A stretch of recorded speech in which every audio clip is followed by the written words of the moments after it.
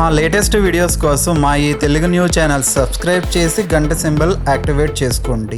2025 మార్చి 30వ తేదీన ఉగాది పండుగ రాబోతుంది. అయితే ఈ ఉగాది రోజు ఆవు కనిపిస్తే ఇలా చేయండి చాలు, తరతరాలకు తరగని ఐశ్వర్యం వస్తుంది. మీ దశ మారిపోతుంది. కట్టిక పేదరికంలో ఉన్నవారైనా సరే కుబేరులుగా మారిపోతారు. ఉగాది రోజు అందరూ ఉదయాన్నే లేచి శుచిగా స్నానం చేసుకోవాలి. కొత్త బట్టలు ధరించాలి. తప్పనిసరిగా ఉగాది పచ్చడి తినాలి. ముఖ్యంగా ఈరోజు ఆవు కనిపిస్తే ఒక పని చేయండి, మీకు సకల సంపదలు లభిస్తాయి.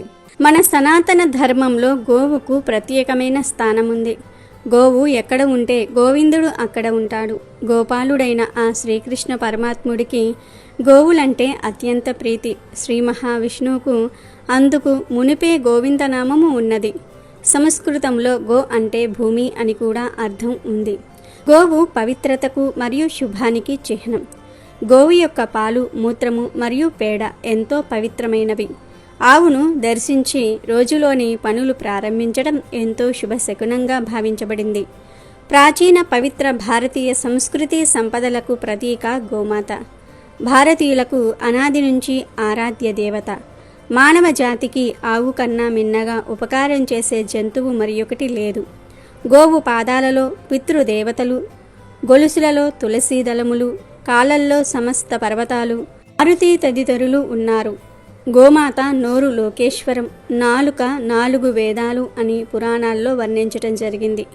గోమాత మధ్యలో గంధర్వులు, దంతాలలో గణపతి, ముక్కు రంధ్రాలలో శివుడు, ముఖంలో జ్యేష్ఠాదేవి, కళ్ళల్లో సూర్యచంద్రులు, చెవులలో శంకు చక్రాలు, కొమ్ములలో యమ ఇంద్రులు ఉన్నారు. అలాగే కంఠంలో విష్ణువు, భుజాన సరస్వతి, రొమ్మున నవగ్రహాలు, మూపురంలో బ్రహ్మదేవుడు, గంగడోలిన కాశీ ప్రయాగ నదులు ఉంటాయి. ఈ విధంగా గోవు ప్రతి అవయవంలో సకల దేవతలు కొలువై ఉంటారు అని అథర్వణ వేదం చెప్తున్నది. గోమాతను పురాణంలో సకల దేవతా స్వరూపంగా వర్ణించటం జరిగింది. ఆవు విశ్వమాత. ఆవును ఆరాధిస్తే సమస్త దేవతలను ఆరాధించినట్లేనని మన పురాణాలు చెప్తూ ఉన్నాయి. గోవును గోమాత అని పిలుస్తూ ఉంటారు. కారణం గోవు ప్రతి అణువులోనూ ఒక్కో దేవత ఉంటారు కాబట్టి పరమ పవిత్రమైన గోవు భారతీయుల జీవన శైలిలో మాతృదేవత తర్వాత విశిష్టమైన ద్వితీయ స్థానాన్ని పొందింది. ఇలాంటి ఆవు ఉగాది రోజు కనిపిస్తే ఏం చెయ్యాలో ఇప్పుడు మనం ఈ వీడియోలో వివరంగా తెలుసుకుందాము. అంతకన్నా ముందు గోవు మనుషుల గురించి ఏం చెప్పిందో తెలిపే పవిత్ర కథను విందాం. అంతకన్నా ముందు కామెంట్ బాక్స్లో గోమాత్రే నమః అని కామెంట్ చేయండి.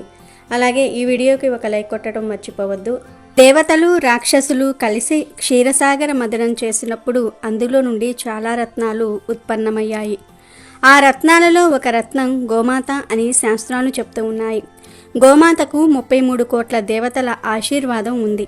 సముద్ర మదనం నుండి ఉద్భవించిన గోమాతను లోక కళ్యాణం కోసం కలియుగంలోనికి పంపించటం జరిగింది. పూర్వకాలంలో ఒక రైతు తన భార్యతో కలిసి నివసిస్తూ ఉండేవాడు. ఆ రైతుకు ఆర్థిక పరిస్థితి అస్సలు బాగోలేదు. ఆ రైతుకు ఒక పుత్రుడు జన్మించాడు. కొడుకు పుట్టడంతో రైతు చాలా సంతోషించాడు. ఆ పిల్లవాడికి నెలలు పెరిగే కొద్దీ పాలు అవసరం ఎక్కువైంది. కానీ రైతు ఇంట్లో ఆవులు లేవు. దాంతో రైతు కొడుకుకు పాలు ఎక్కడి నుండి తేవాలి అని చాలా చింతించసాగాడు. రోజు తన స్నేహితుడు రైతు దగ్గరకు వచ్చాడు. అప్పుడు ఆ రైతు స్నేహితుడు, ఏమైంది మిత్రమా, దిగులుగా ఉన్నావు అని అడుగుతాడు. అప్పుడు రైతు తన కొడుకుకు పాలు అవసరం ఉన్నాయని, కానీ ఆ పాలు ఎక్కడి నుండి తీసుకురావాలో తెలియటం లేదని తన స్నేహితుడితో తనకు ఉన్న సమస్యను చెప్తాడు. అప్పుడు ఆ స్నేహితుడు, మిత్రమా, మన ఊరి చివరన ఒక సాధువు నివసిస్తూ ఉన్నాడు. ఆ సాధువు దగ్గర ఒక అందమైన ఆవు ఉంది. నువ్వు వెళ్ళి ఆ సాధువును అడిగి ఆవును తెచ్చుకో. ఆ సాధువు చాలా మంచివాడు గనుక ఖచ్చితంగా ఆవును నీకు ఇస్తాడు. ఆ ఆవు పాలతో నీ పిల్లవాడి ఆకలి తీర్చవచ్చు అంటాడు. రైతు కూడా సరే అంటాడు.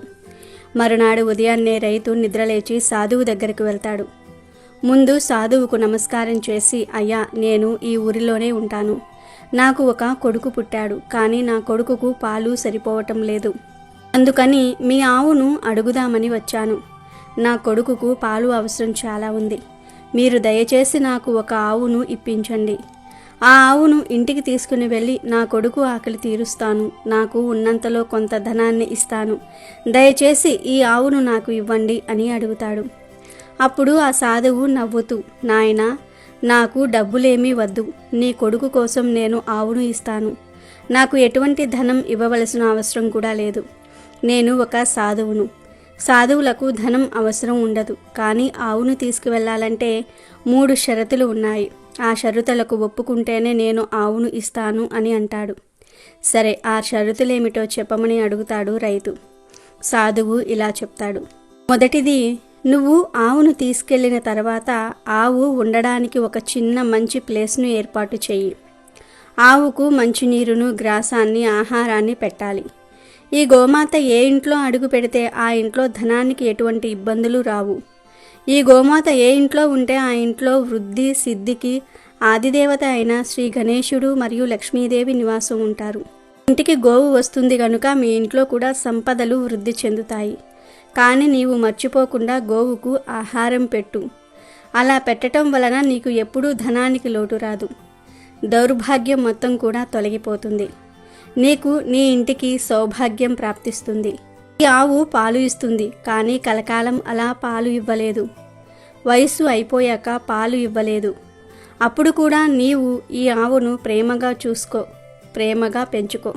అంతేగాని ఈ ఆవును తీసుకుని వెళ్ళి ఎక్కడైనా వదిలేసే ప్రయత్నం చేశావంటే నీకు కీడు జరుగుతుంది. కనుక ఈ షరతులు మనసులో పెట్టుకొని ఆవును తీసుకుని వెళ్ళు అని సాధువు అంటాడు. రైతు ఆ షరతులకు ఒప్పుకొని ఆవుని ఇంటికి తీసుకుని వెళ్తాడు. ఇక సంతోషంగా రైతు ఆ ఆవు పాలను తన కొడుకు కోసం తీసేవాడు. అలాగే ప్రతిరోజు ఆ ఆవుకు మంచి ఆహారం పెట్టేవాడు. ఆవును మంచి స్థలంలో కట్టాడు. ఆవును రైతు బాగా చూసుకునేవాడు.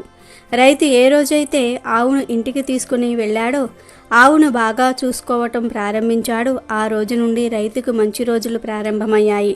చూస్తూ ఉండగానే రైతు ఆ ఊరిలోని గొప్ప ధనవంతులలో ఒకడిగా మారిపోయాడు.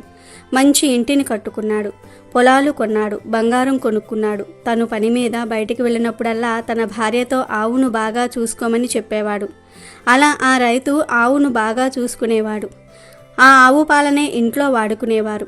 అయితే ఒకరోజు ఆవు పాలివ్వటం మానేసింది. మొదట్లో రైతు ఈ రోజు కాకపోతే రేపు పాలు ఇస్తుందిలే అనుకున్నాడు. కానీ మరుసటి రోజు కూడా ఆవు పాలు ఇవ్వలేదు. అలా 2 నెలలయ్యింది. అయినా ఆవు పాలు ఇవ్వలేదు. రైతు కొడుకు ఇప్పుడు కొంచెం పెద్దవాడయ్యాడు. పిల్లోడికి పాలు అవసరం కూడా లేదు. ఆ ఆవు పాలు జస్ట్ ఇంట్లోకి కావాలి అంతే. కానీ ఇంట్లోని ఆవు పాలు ఇవ్వటం లేదు. దానితో రైతు మెల్లమెల్లగా ఆ ఆవును పట్టించుకోవటం మానేశాడు. ఆవుకు ఆహారం పెట్టడు. ఆవు దగ్గరకు కూడా వెళ్ళడు. ఒకరోజు రైతు ఆవు దగ్గరకు వెళ్ళి, ఈ ఆవు వలన ఎలాంటి ఉపయోగం లేదు, పాలు ఇవ్వటం లేదు, దానికి తిండి కూడా దండగా అని అనుకుని ఆ ఆవును వెంట తీసుకొని అడవిలోనికి వెళ్తాడు. ఆ అడవిలోనే ఆవుని వదిలి తిరిగి ఇంటికి వచ్చేస్తాడు. అయితే రైతు ఇంటికి వచ్చేసరికి తన కొడుకు అకస్మాత్తుగా అనారోగ్యానికి గురి అవుతాడు. వెంటనే రైతు వైద్యుణ్ణి పిలిచి తన కొడుకును చూపిస్తాడు. నా బిడ్డ కోసం ఎంత ధనమైనా సరే పర్లేదు, ఖర్చు చేస్తాను, ఎలా అయినా సరే నా బిడ్డను కాపాడండి అని చెప్తాడు. కానీ ఆ పిల్లవాడి అనారోగ్యం రోజురోజుకు ఎక్కువైపోతుంది. చాలామంది వైద్యుల దగ్గరికి ఆ పిల్లవాడిని తీసుకుని వెళ్తాడు. చాలా ధనం ఖర్చు పెడతాడు. అలా ఖర్చు పెడుతూనే ఉన్నాడు. చివరకు ధనమంతా కూడా అయిపోతుంది. దాంతో ఇంటిని, పొలాలను, బంగారాన్ని మొత్తం అమ్మేస్తాడు. చివరికి సర్వస్వాన్ని కోల్పోయి మళ్ళీ పేదవాడిగా మారిపోయాడు. అయినా తన కొడుకుకు వచ్చిన అంతుచిక్కని రోగం తగ్గలేదు. రైతు ఎంతో బాధపడ్డాడు, కన్నీళ్లు పెట్టుకున్నాడు. అప్పుడు రైతుకు ఒక ఆలోచన వస్తుంది. సాధువు చెప్పిన మాటలు గుర్తుకు వస్తాయి. ఆవును వదిలేస్తే కీడు జరుగుతుందని ఆ సాధువు చెప్పాడు. కానీ నేను అలానే చేశాను. అయ్యో, ఆ తప్పు వలనే నా కొడుకుకు ఈ పరిస్థితి వచ్చింది. వెంటనే ఆవును తీసుకుని వస్తాను అని ఆవును వెతుక్కుంటూ అడవిలోనికి వెళ్తాడు. కొంత సమయం తర్వాత అతనికి గోమాత కనిపిస్తుంది. అప్పుడు రైతు గోమాత పాదాలపై పడి గోమాతను క్షమించమని అడుగుతాడు. అప్పుడు గోవు మానవ భాషలో మాట్లాడుతూ, నువ్వు ఏదైతే ఎదుటి వాళ్లకు ఇస్తావో అదే నీకు తిరిగి వస్తుంది అని అంటుంది. రైతు ఆశ్చర్యపోయి ఆవును క్షమించమని అడుగుతాడు. అప్పుడు గోమాత ఇలా అంటుంది, నేను నీకు ఈరోజు 2 మాటలను చెప్తాను. ఈ 2 విషయాలను ఈ రోజు నుండే నువ్వు అమలు చెయ్యి అని ఇలా చెప్తుంది. ఎప్పుడూ కూడా ఎవరిని మోసం చేయకూడదు. ముఖ్యంగా నువ్వు ఎవరి వలన అయితే ఒక్కసారి ప్రయోజనాన్ని పొంది ఉన్నావో ఆ వ్యక్తులను ఎప్పుడూ మోసం చేయవద్దు, చెడు చేయవద్దు. దాని వలన నీకు మహాపాపం తగులుతుంది. అలాగే మిత్రులను మోసం చేయకూడదు. ఎవరైతే మనుషులు తమ మిత్రులను మరియు తమకు మంచి చేసిన వారిని మోసం చేస్తారో వారికి ఎప్పుడూ మంచి జరగదు. ఒకవేళ మంచి జరిగినా అది కొంతకాలమే ఉంటుంది. తర్వాత కష్టాలను అనుభవించాల్సి వస్తుంది. వేరే వారిని దోచుకోకూడదు. వేరే వారికి చెడు చేసి లాభాలను పొందకూడదు. అలాగే ధనం పైన ఎక్కువ ఇష్టాన్ని పెంచుకోకూడదు.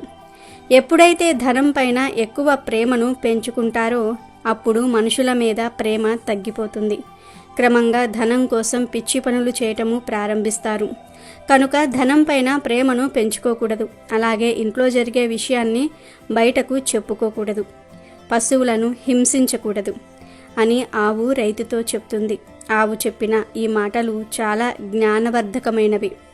తర్వాత రైతు ఆవును ఇంటికి తీసుకువెళ్తాడు. గోమాతకు చక్కగా సేవలు చేస్తాడు. గోమాత చెప్పిన మాటలను పాటిస్తూ ఉంటాడు. కొన్ని రోజులకు కొడుకు ఆరోగ్యవంతుడయ్యాడు. అంతేకాదు చూస్తూ ఉండగానే రైతు మళ్ళీ ధనవంతుడిగా మారిపోయాడు.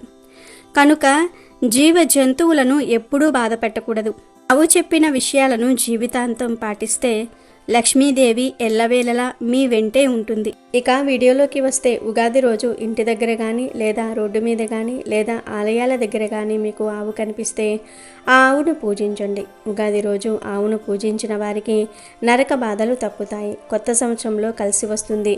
కష్టాలు రాకుండా ఉంటాయని శాస్త్రాలు చెప్తూ ఉన్నాయి. ప్రత్యేకించి ఈ ఉగాది రోజు ఆవుకు మినప్పప్పు తినిపించాలి. మినప్పప్పు తినిపించడం వలన దోషాలు తొలగిపోతాయి. మీకు ఎలాంటి దోషాలు ఉన్నా పోతాయి. అంటే మినప్పప్పును నానబెట్టి ఆ మినప్పప్పును కడిగేసి ఆ పప్పులో బెల్లాన్ని పొడిలాగా చేసి కలిపి తినిపించాలి. ఇలా తినిపిస్తే మీ దశ తిరిగిపోతుంది, మీ జాతకం మారిపోతుంది. ఇలా ఆవుకు మినప్పప్పును తినిపించి ఆ తర్వాత ఆవు చెవిలో మీ కోరికను చెప్పుకోండి. లేదు మాకు భయం అనేవారు ఆవు ముందు నిలబడి ఆ ఆవుకు మీ కోరికను చెప్పుకోండి. అంతేకాదు ఉగాది రోజు ఆవుకు వివిధ పదార్థాలను పెడితే వివిధ రకాల ఫలితాలు కలుగుతాయి. ఈరోజు 5 గంటల పాటు నానబెట్టిన ఉలవలను తినిపించటం వల్ల ఉద్యోగంలో స్థిరత్వం ఉంటుంది. నానబెట్టిన బొబ్బర్లను తినిపిస్తే ధనం బాగా సంపాదిస్తారు. నానబెట్టిన గోధుమలను తినిపిస్తే కీర్తి ప్రతిష్టలు పెరుగుతాయి. సమాజంలో మంచి పేరు వస్తుంది. గోమాతకు కొంచెం నీటితో కలిపి బియ్యం పిండిని తినిపిస్తే మానసికంగా ప్రశాంతత లభిస్తుంది. ఇంట్లో గొడవలు అవుతున్న వారు ఇలా చేస్తే ఫలితం ఉంటుంది. అలాగే నానబెట్టిన కందులను తినిపిస్తే కోపం బాగా ఉన్నవారు తగ్గించుకుంటారు. 5 గంటల పాటు నానబెట్టిన కుసుమలను తినిపిస్తే మనసు ఆత్మ పరిశుద్ధం అవుతుంది. నానబెట్టిన శనగలను గోమాతకు తినిపిస్తే ఆధ్యాత్మిక చింతన అలవడుతుంది. కొంచెం నీటితో కలిపి బెల్లం రాగి పిండిని తినిపిస్తే అష్టైశ్వర్యాలు కలుగుతాయి. నానబెట్టిన పెసలను తినిపిస్తే విద్యాభివృద్ధి జరుగుతుంది. ఉడికించిన బంగాళదుంపలతో తినిపిస్తే నరఘోష నివారణ జరుగుతుంది. క్యారెట్లను తినిపిస్తే వ్యాపారంలో వృద్ధి సాధిస్తారు. బీట్రూట్ పాలకూరతో ఐశ్వర్య ప్రాప్తిని పొందవచ్చు. గోమాతకు దోసకాయలను తినిపిస్తే శత్రువుల బాధ తగ్గుతుంది. గోమాతకు టమాటాలను తినిపిస్తే పెళ్లి త్వరగా అవుతుందట. బయట కనిపించే ఆవులకు కానీ లేదంటే దగ్గరలో ఉండే గోశాలకు వెళ్ళి గోవులకు మీరు టమాటాలను పెట్టవచ్చు. ఇలా ఆవుకు టమాటాలను పెట్టడం వల్ల త్వరలో పెళ్లి కుదురుతుంది.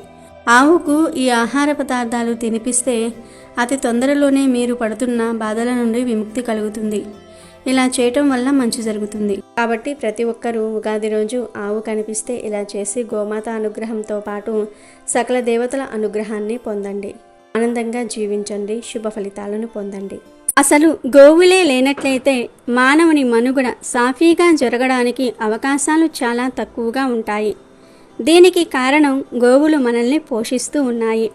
శ్రీకృష్ణ పరమాత్మ ఇంద్రుడు కురిపించిన పిడుగులతో కూడిన భయంకర వర్షం నుండి 7 రాత్రులు 7 పగళ్ళు గోవర్ధన పర్వతాన్ని ఎత్తి గోవులను ప్రజలను రక్షించాడు.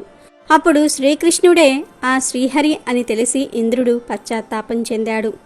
అక్కడకు వచ్చిన కామధేనువు గోవులకు కష్టం వస్తే కాపాడావు గనుక నీవు గోవిందుడవు అని స్తుతించింది. అప్పుడు ఇంద్రుడు అత్యంత భక్తితో శ్రీకృష్ణునికి గోవిందనామంతో గోవింద పట్టాభిషేకం చేశాడు.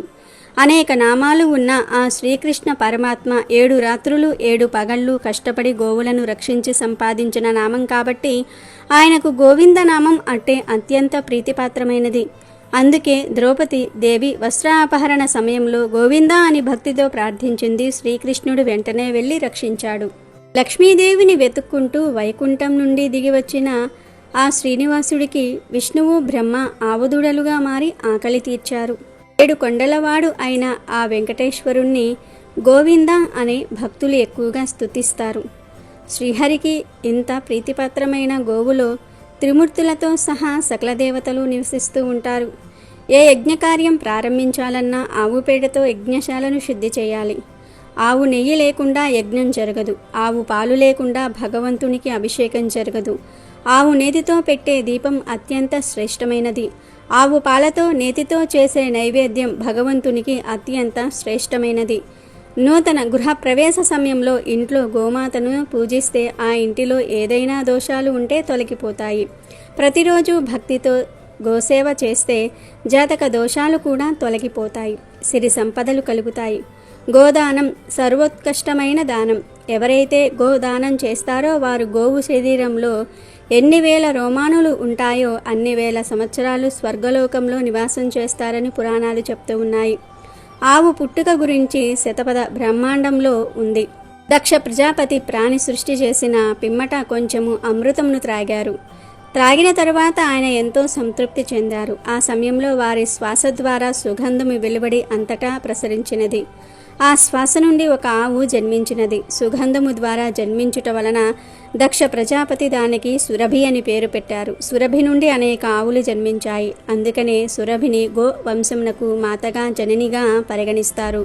ఒక గోవు తన జీవిత కాలంలో సగటున 25,000 మందికి ఆకలి తీరుస్తుందని చెప్తూ గోవును వధిస్తే ఆ రాజ్యంలో అరాచకం పెరిగి ప్రజలు నశిస్తారని పెద్దలు చెప్పారు. గోవు నుంచి వచ్చే ప్రతి ఒక్కటి మానవాళికి ఉపయోగకరంగా ఉంటుంది. ప్రపంచంలో ఏ జంతువు వ్యర్థం సువాసనను కలిగి ఉండదు. కానీ గోవు యొక్క మూత్రం సువాసనను కలిగి ఉంటుంది. గోమూత్రంతో క్యాన్సర్ని మొదటి దశలోనే అరికట్టవచ్చు. ఆవు పిడకలపై కొంచెం నెయ్యి వేసి కాల్చి ఆ పొగతో ఇంట్లో ధూపం వేస్తే చాలా మంచిది. ఆవు పాలు చాలా శ్రేష్టమైనవి. పసిపిల్లలకు కూడా ఆవు పాలే పడతారు. ఎందుకంటే ఈ పాలు తల్లి పాలతో సమానమని చెప్తారు. ఉగాది పండుగను తెలుగు ప్రజలు ఎంతో ఘనంగా నిర్వహిస్తారు. ఈ ఉగాది పండుగ ప్రతి సంవత్సరం చైత్రశుద్ధ పాడ్యమి నాడు జరుపుకుంటారు. కొత్త యుగానికి ఆది కాబట్టి యుగాది అంటారు. ఉగాది అంటే యుగ ప్లస్ ఆది అంటే ప్రపంచం యొక్క జన్మ ఆయుష్యులకు మొదటి రోజు అనగా సృష్టి ప్రారంభం సూచిక అని అర్థం. యుగము అనగా జత అని అర్థం కూడా ఉంది. ఉత్తరాయణం దక్షిణాయనం కలిపితేనే సంవత్సరం. అది మొదలయ్యేది ఈ రోజే. ఉగాది రోజు నుండే తెలుగువారికి నూతన సంవత్సరం మొదలవుతుంది. ఇది తెలుగువారి మొదటి పండుగ. ఉగాది రోజున కొత్తగా పనులు మొదలు పెడతారు. ఈరోజు పొద్దున్నే లేచి తలస్నానం చేసి కొత్త బట్టలు వేసుకుని ఉగాది పచ్చడితో పలు కొత్త పనులు ప్రారంభిస్తారు. ఉగాది పచ్చడి ఉగాది పండుగకు ప్రత్యేకమైనది. ఉగాది పచ్చడి షట్రుచుల సమ్మేళనం. షట్రుచులు అంటే తీపి, పులుపు, కారము, ఉప్పు, వగరు, చేదు అని 6 రుచులు. ఈ 6 రుచులు కలిపిన ఉగాది పచ్చడి తెలుగువారికి ప్రత్యేకం. సంవత్సరం పొడవునా ఎదురయ్యే కష్టసుఖాలను మంచి చెడులను సమానంగా స్వీకరించాలన్న సందేశాన్ని ఈ ఉగాది పచ్చడి తెలియజేస్తుంది. హిందువులకు అత్యంత ఇష్టమైన ఈ ఉగాది పండుగ ముఖ్యంగా తెలంగాణ, ఆంధ్రప్రదేశ్, కర్ణాటక, మహారాష్ట్రాల్లో ప్రత్యేకంగా జరుపుకుంటూ ఉంటారు. తెలంగాణ, ఆంధ్రప్రదేశ్ రాష్ట్రాలలో ఉగాదిగా, మహారాష్ట్రలో గుడి పడువగా పిలుస్తూ ఉంటారు. చైత్రశుద్ధ పాడ్యమి సూర్యోదయం వేళ బ్రహ్మ సృష్టిని చేశాడు. దీనిని మనం ఉగాది పండుగగా జరుపుకుంటున్నాము. పూర్వం ఒకప్పుడు బ్రహ్మదేవుడు నిద్రలేచి సృష్టి కొనసాగించాలని అనుకుంటాడు. కానీ సోమకుడనే రాక్షసుడు బ్రహ్మదేవుడి దగ్గర నుండే వేదాలను దొంగిలిస్తాడు. వేదాలు లేకుండా సృష్టి చేసే శక్తి బ్రహ్మకు లేదు. ఆ వేదాలను తీసుకుని రాక్షసుడు సముద్ర గర్భంలో దాక్కుంటాడు. అప్పుడు బ్రహ్మదేవుడు శ్రీ మహావిష్ణువును మనసులో ధ్యానించగా విష్ణుమూర్తి ప్రత్యక్షమవుతాడు. అప్పుడు బ్రహ్మ విష్ణుమూర్తితో ఇలా అంటాడు, దేవా, నీకు తెలియనిది ఏదీ లేదు. నీ వల్లే ఈ లోకాలన్నీ పుట్టి పెరిగి చివరికి నశిస్తూ ఉన్నాయి. నేను నిద్రపోయే సమయంలో సోముకుడనే రాక్షసుడు నా వద్ద ఉన్న వేదాలను అపహరించి మహాసముద్ర గర్భంలో దాక్కున్నాడు. ఆ వేదాలు నా దగ్గర లేకపోవటం వలన సృష్టి చేయటంలో నాకు ఆటంకం కలిగింది. నన్ను కరుణించి ఆ వేదాలను సంపాదించి నన్ను అనుగ్రహించండి అని బ్రహ్మ ప్రార్థించాడు. అప్పుడు శ్రీహరి బ్రహ్మతో ఇలా అంటాడు, బ్రహ్మదేవ, విచారించకు. నేను మత్స్యావతారంలో వెళ్ళి సముద్రంలో ఎక్కడ ఉన్న ఆ సోమకుణ్ణి వెతికి పట్టుకుని సంహరించి వేదాలను నీకు అప్పగిస్తాను అని మత్స్యావతారం ఎత్తుతాడు. విష్ణువు చిన్న చేప రూపంలో సరస్సులోనికి ప్రవేశిస్తాడు. కశ్యప మహర్షి సూర్యుడికి ఆజ్యం ఇస్తూ ఉండగా ఆయన దోసిల్లోనికి చేపపిల్ల వస్తుంది. ఆ చేపపిల్లను వెంటనే ఆయన తన కమండంలో వేస్తాడు. క్షణాల్లో ఆ చేపపిల్ల కమండలమంతా కూడా నిండిపోతుంది. దాంతో ఆయన దానిని ఒక బావిలో విడిచిపెడతాడు.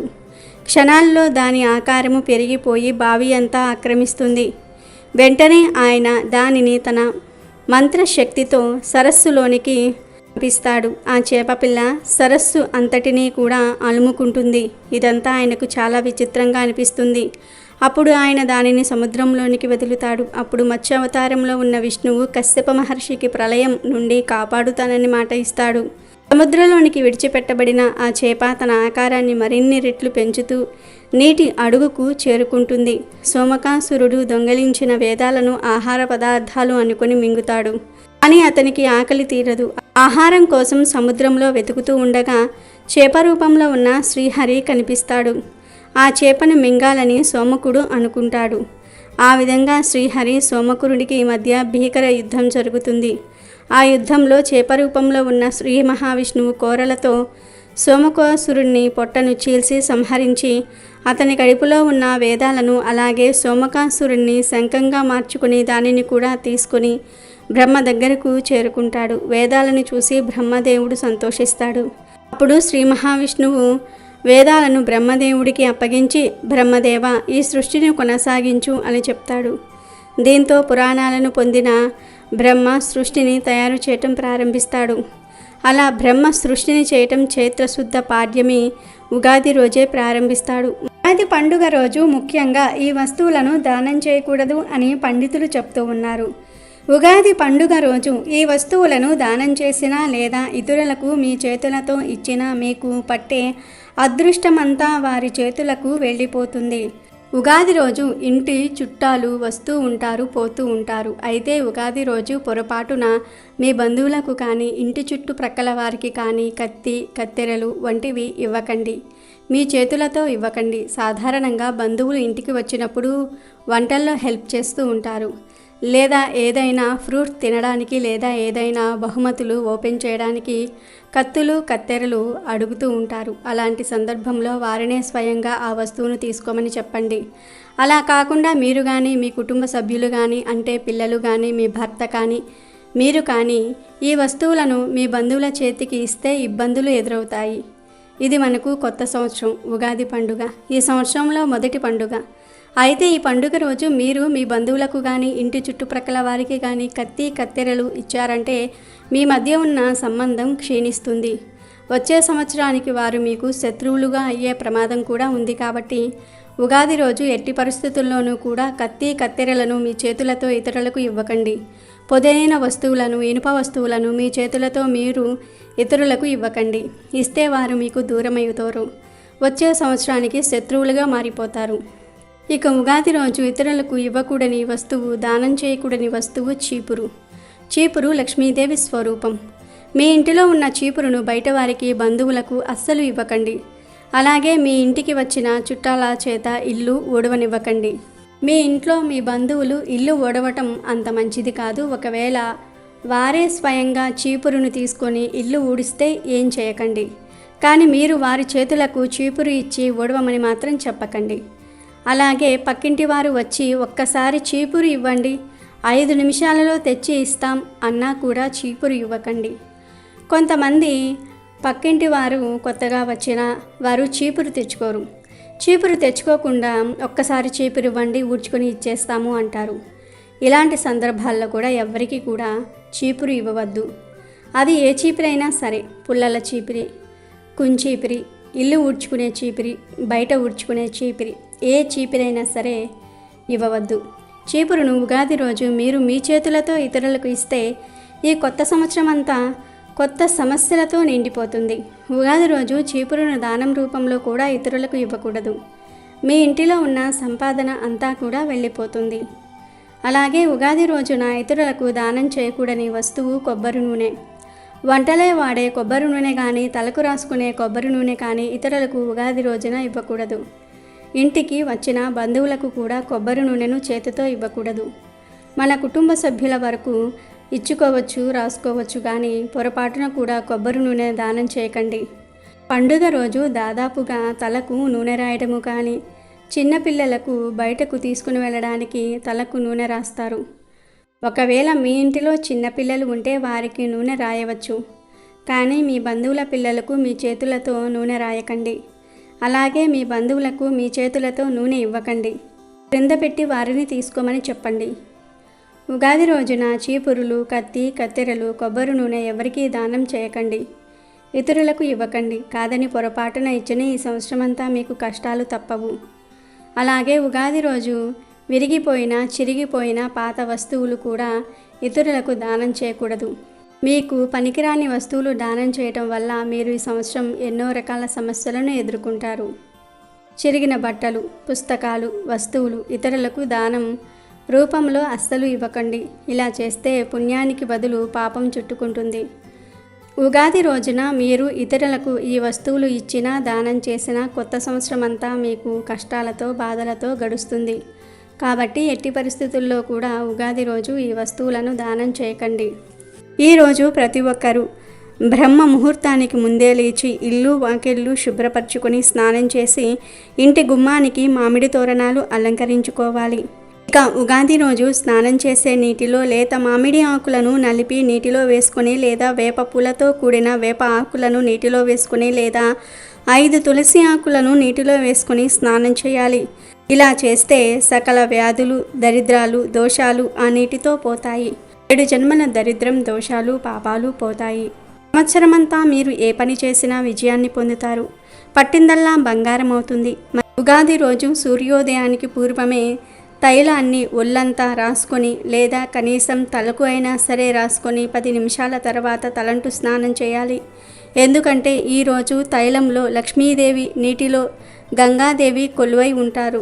ఈరోజు ఇలా తైలం రాసుకొని నీటిలో వేప ఆకులతో కూడిన వేప పూలను కానీ, మామిడి ఆకులను కానీ, తులసి ఆకులను కానీ వేసుకొని ఆ నీటితో తలంటు స్నానం చేయటం వలన శరీరం పవిత్రమవుతుంది. కొన్ని రకాల వ్యాధులు రాకుండా ఉంటాయి.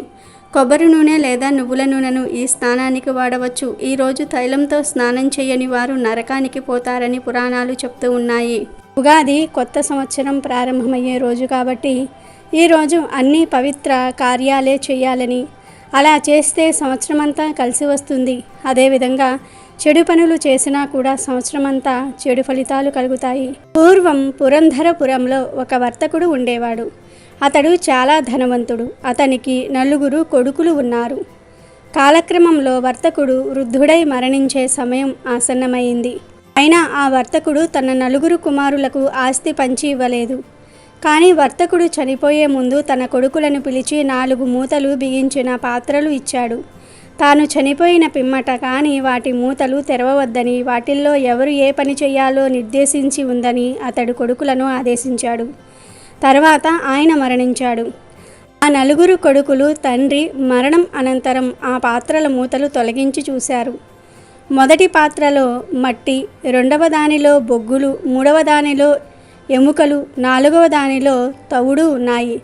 దీని అర్థం వారికి తెలియలేదు. దాంతో వారు ఆనాటి హైందవ చక్రవర్తి అయిన విక్రమార్కుడి దగ్గరకు వెళ్ళి ఆ శెట్టి కొడుకులు 4 దాని అర్థాన్ని బోధించవలసినదిగా విక్రమార్కుడిని కోరుకున్నారు.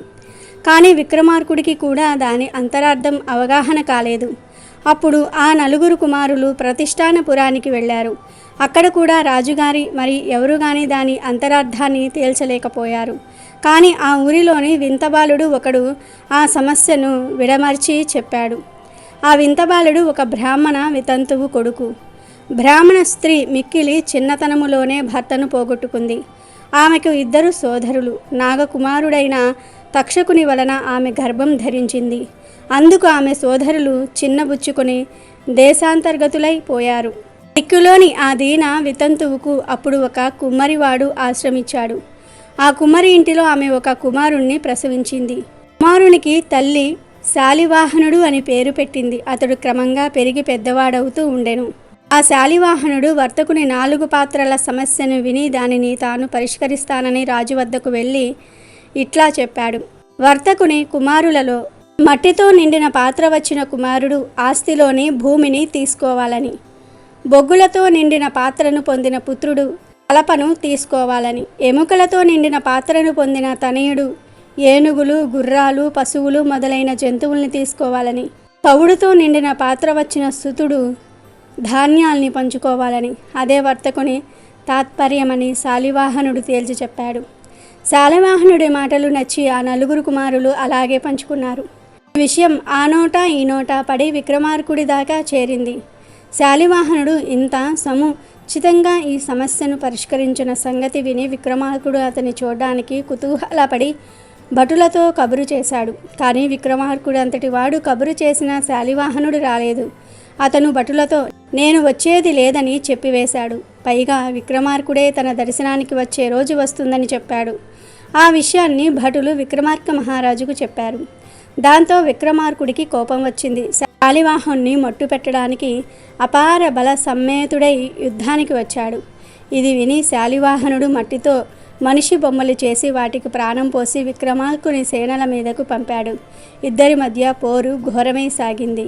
శాలివాహనుడు సమ్మోహనాస్త్రం ప్రయోగించి విక్రమార్కుని సేనల్ని నిద్రపోయేటట్లుగా చేశాడు.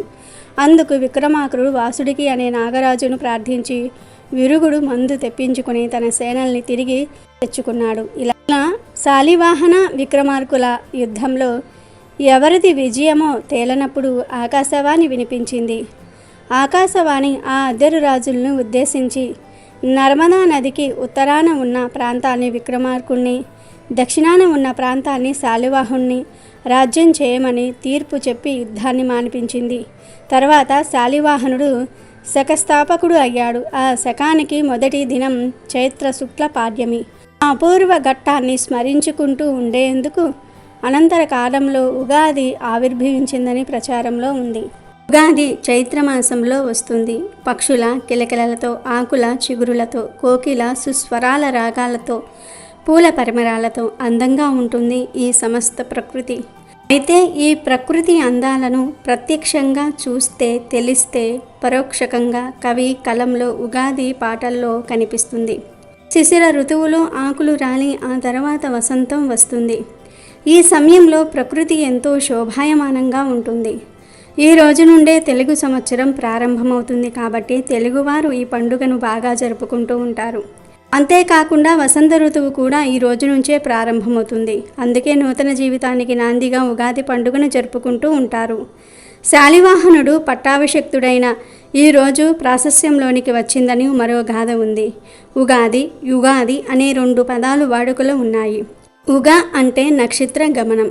నక్షత్ర గమనానికి ఆది ఉగాది అంటే సృష్టి ఆరంభమైన దినమే ఉగాది. యుగం అనగా ద్వయం లేదా జంట అని అర్థం. ఉత్తరాయణ దక్షిణాయన ద్వయ సంయుతం యుగం కాగా ఆ యుగానికి ఆది యుగాదిగా మారింది. ఉగాది శబ్దానికి ప్రతిరూపంగా ఉగాదిగా రూపొందింది. ఉగాది భావాన్ని తెలిపేది ఉగాది పచ్చడి. షట్రుచుల సమ్మేళనంగా చేసే ఈ పచ్చడి జీవితంలో జరిగే వివిధ అనుభవాలకు ప్రతీక. జీవితం అన్ని అనుభవములు కలిగినదైతేనే అర్థవంతం అని చెప్పే భావం ఇమిడి ఉంది. పచ్చడిలో ఉండే ఒక్కొక్క పదార్థం ఒక్కొక్క భావానికి, అనుభవానికి ప్రతీక. బెల్లం తీపి, ఆనందానికి సంకేతం. ఉప్పు జీవితంలో ఉత్సాహము, రుచికి సంకేతం. వేప పువ్వు చేదు, బాధ కలిగించే అనుభవాలు. చింతపండు పులుపు, నేర్పుగా వ్యవహరించవలసిన పరిస్థితులు. పచ్చి మామిడి ముక్కలు వగరు, కొత్త సవాళ్ళు. కారం సహనం కోల్పోయేట్టు చేసే పరిస్థితులకు సంకేతం. ఇక ఈరోజు ఉగాది పచ్చడి తినే ముందు శతాయుష్యం వజ్రదేహం దదాత్యార్థ సుఖాని చ సర్వరిష్ట వినాశంచ నింబ కదలం భక్షణం అనే శ్లోకాన్ని చదవాలి. వేప పూతతో కూడిన ఉగాది పచ్చడిని తినటం వల్ల దేహం వజ్ర సందృశ్యమై సర్వరిష్టాలు తొలగిపోతాయని, నూరేళ్లు సుఖంగా జీవిస్తారని ఈ శ్లోకం అంతరార్థం. ఉగాది పండుగ తరతరాల నుండి జరుపుకుంటున్న పండుగ.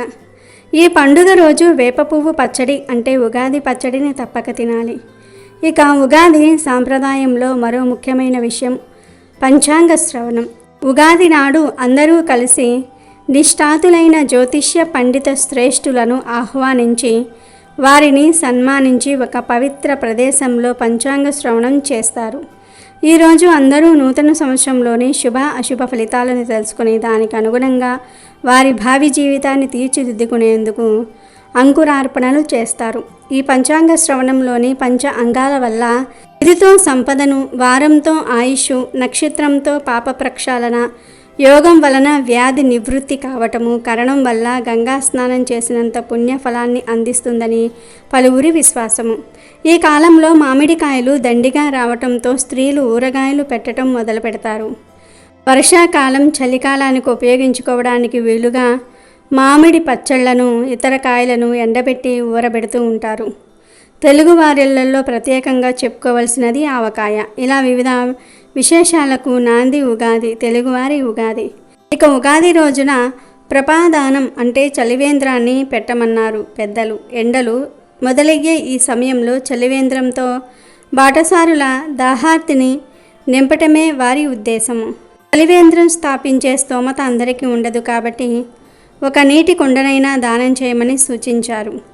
ఎండలను తట్టుకోవాలి అంటే నీరు ఒక్కటి ఇస్తే సరిపోదు కదా. అందుకని సూర్యుని తాపాన్ని ఎదుర్కొనేందుకు ఉగాది నాడు చెప్పులు, గొడుగులు కూడా దానం చేయాలని పెద్దల మాట. ఉగాది రోజున కొందరు ధర్మ కుంభ దానం పేరుతో నీరు నింపిన కలశాన్ని పెద్దలకు అందించాలని చెప్తూ ఉంటారు. ఉగాది ప్రత్యేకించి ఏ దైవానిది కాదు కాబట్టి ఈరోజు ఇంతకు ముందు ఎన్నడూ దర్శించని పుణ్యక్షేత్రానికి వెళ్తే మంచిది. అమెజాన్లో బెస్ట్ డిస్కౌంట్స్ కోసం వీడియో డిస్క్రిప్షన్లో లింకు ఉంది, చూడండి.